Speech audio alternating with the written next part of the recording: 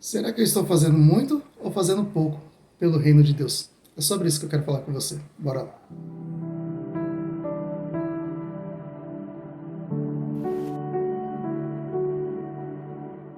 Graças a Deus, queridos, bem-vindos ao Devocional Pregai. Lembrando que nós estamos lendo o livro de Lucas, amém?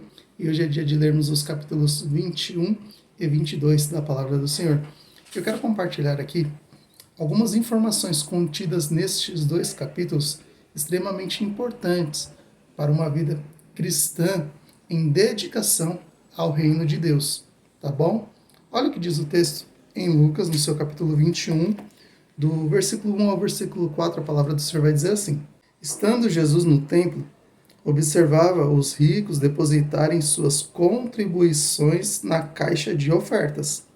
Então, uma viúva pobre veio e colocou 2 moedas pequenas. Jesus disse: Eu lhes digo a verdade, esta viúva pobre deu mais que todos os outros. Eles deram uma parte do que lhes sobrava, mas ela, em sua pobreza, deu tudo que tinha. Amém? Então, olha qual é a comparação que Jesus faz. Ele está observando as pessoas contribuindo com aquilo que elas têm. E às vezes nós achamos que estamos dando muito para o Senhor. Só que uma coisa é dar muito, outra coisa é dar tudo para o Senhor. Quando a gente dar tudo que nós temos para o Senhor, aí sim, nós estamos juntando sim tesouros no céu.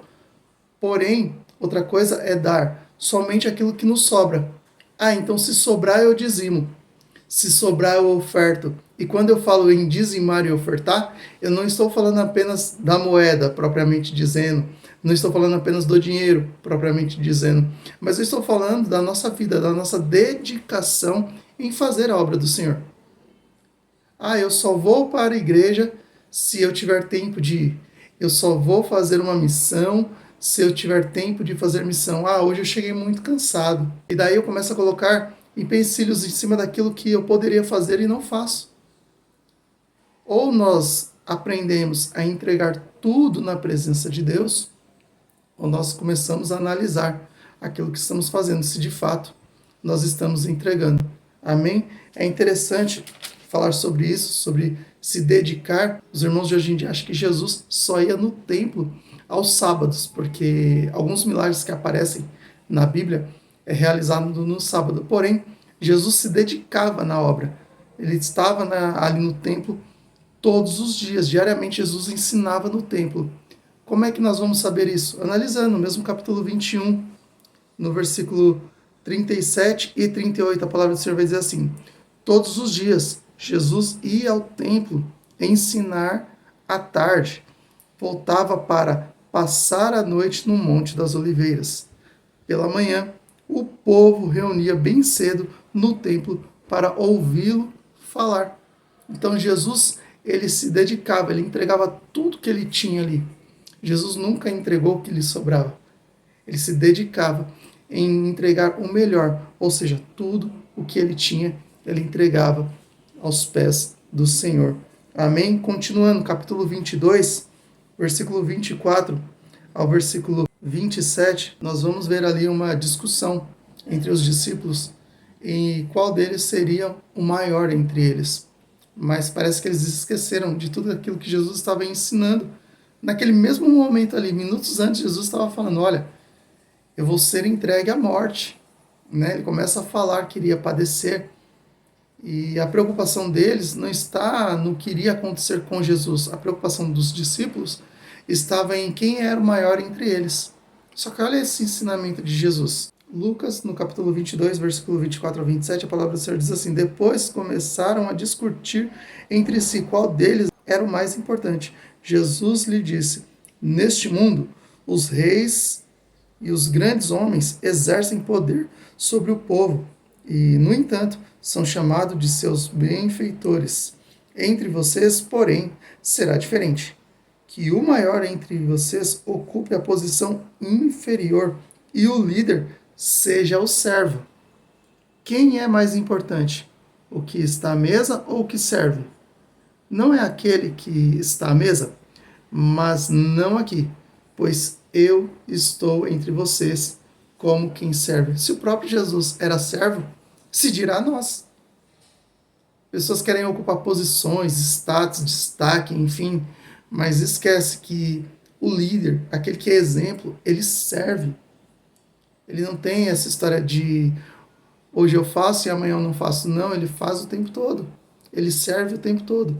Ele tem que estar apto a servir o tempo todo, sem querer nada em troca. Porque maior é o que nós já recebemos da parte do Senhor, que é a salvação. Então, por gratidão, nós servimos. Por amor, nós servimos ao Senhor, ao reino de Deus e aos nossos irmãos. Amém? E continuando, nós vamos ver Pedro negando Jesus. Só que Jesus orientou Pedro sobre isso daqui, que ele negaria Jesus.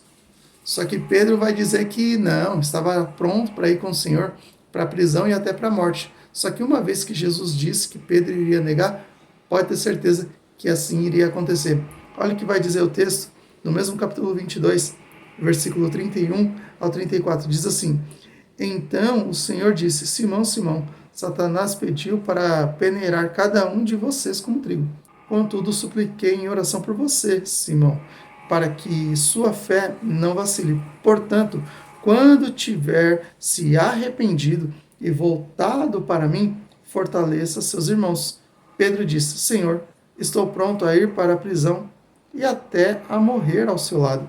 Jesus, porém, respondeu: Pedro, vou lhe dizer uma coisa.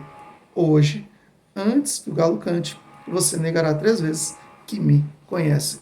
É interessante que Jesus fala para Pedro: quando você se converter, aí sim você volta e fortalece os seus irmãos. O que Jesus está dizendo para Pedro é: Pedro, calma que ainda você não é convertido. Só que a gente conhece a história. Pedro, por 3 vezes no pátio, quando Jesus está sofrendo as aflições, ele está apanhando, ele está sendo interrogado, e Pedro está ali no pátio, o pessoal acende uma fogueira no meio do pátio, Pedro está ali observando Jesus de longe. Primeiro vem uma mulher, fala que Pedro é um dos 12, Pedro nega, aí vem um homem depois, Pedro nega de novo, aí vem um terceiro homem e Pedro nega. E quando Pedro nega pela 3ª vez, o galo canta, existe ali a troca da guarda e Jesus vem vindo. Quando Jesus olha para Pedro, aí Pedro se lembra daquilo que Jesus tinha falado. Ele sai e vai chorar amargamente. Ou seja, Jesus avisou que iria acontecer. E ele achou que ele estava pronto, porque ele diz: eu estou pronto a ir com o Senhor para a prisão e até mesmo para a morte. Só que ele não estava pronto. Ele ainda precisava se converter. Jesus orientou ele sobre isso. Continuando, a palavra do Senhor vai dizer assim: Jesus orando lá no Monte das Oliveiras, mesmo capítulo 22, versículo 39 ao 46. Então, acompanhado de seus discípulos, Jesus foi, como de costume, ao Monte das Oliveiras. Ao chegar, disse: orem para que vocês não cedam à tentação. Afastou-se a uma distância como de um arremesso de pedra. Ajoelhou-se e orou: Pai, se queres, afasta de mim este cálice. Contudo, que seja feita a tua vontade e não a minha. Então apareceu um anjo do céu que fortalecia. Ele orou com ainda mais fervor, e sua angústia era tanta que seu suor caía na terra como grandes gotas de sangue. Por fim, ele se levantou, voltou aos discípulos e o encontrou dormindo, exausto de tristeza. Por que vocês dormem? Perguntou ele. Levantem-se e orem, para que não cedam à tentação. Amém? Então olha só o que acontece. Jesus, ele vai para o Monte das Oliveiras, ele está prestes a passar por todo aquele processo que nós conhecemos, e ele está angustiado porque ele vai passar por este processo. Porém, ele chama alguns dos seus amigos para orar com ele. E é interessante que os discípulos sobem e se apartam ali juntamente com Jesus, Pedro, Tiago e João. E Jesus se destaca um pouquinho só, um pouquinho distante deles. Não era muito longe, não. E Jesus está orando, e está acontecendo tudo isso com Jesus. Só que toda vez que Jesus volta por 3 vezes. Toda vez que Jesus volta, eles estão dormindo. Eles não conseguem acompanhar Jesus em oração. E não estranhe se isso acontecer também na sua vida. No momento em que você mais precisar, você chama os seus amigos para te ajudarem em oração, e os seus amigos, ao invés de te ajudar numa madrugada de oração, por exemplo, eles estiverem dormindo. Porque tudo aquilo que Jesus passou, nós não estamos isentos de passar. Amém? Uma vez que nós somos cristãos, ou seja, pequenos cristos, né? Nós também podemos passar pelas mesmas aflições que Jesus passou.